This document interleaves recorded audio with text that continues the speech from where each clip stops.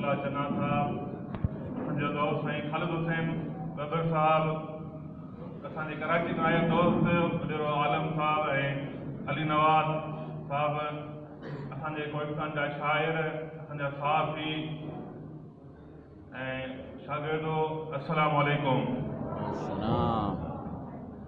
आऊं तहे दिलि सां शुक्रगुज़ार आहियां तमामु दोस्तनि जो, एहसानमंद आहियां जो तव्हां असांजे हिन प्रोग्राम में शिरकत करे असांजी हिमत अफ़ज़ाई कई।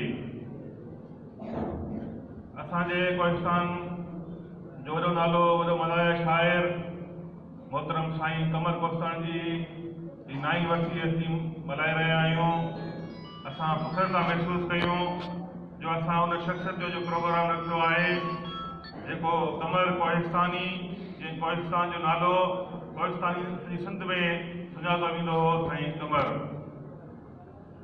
त बहरहाल साईं जी ज़िंदगीअ ते काफ़ी दोस्त ॻाल्हाए विया ऐं कुझु ॻाल्हाईंदा।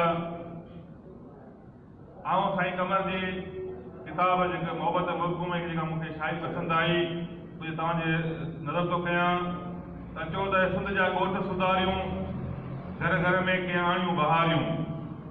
अचो त सिंध जा ॻोठ सुधारियूं, घर घर में के आणियूं बहारियूं।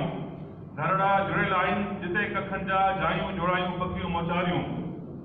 जिता ॾिसजनि कोड़ा वाड़ियूं, अॼु उते के हाणे दीवारूं। जिते था ॾिसजनि लोड़ा वाड़ियूं, अॼु उते के हाणे दीवारूं। बतियूं ॾिया जिते ॿरनि था, बिजली जा खंभा उते बीहारियूं। रस्ता सभई पका बनाए जिते हलायूं मोटर लारियूं। पोखनि लाइ जिते पाणी न आहे, वाही जा रुख उॾां वारियूं। घर पटे जल जंग संवारे पोखियूं तिते सणीअ सारियूं।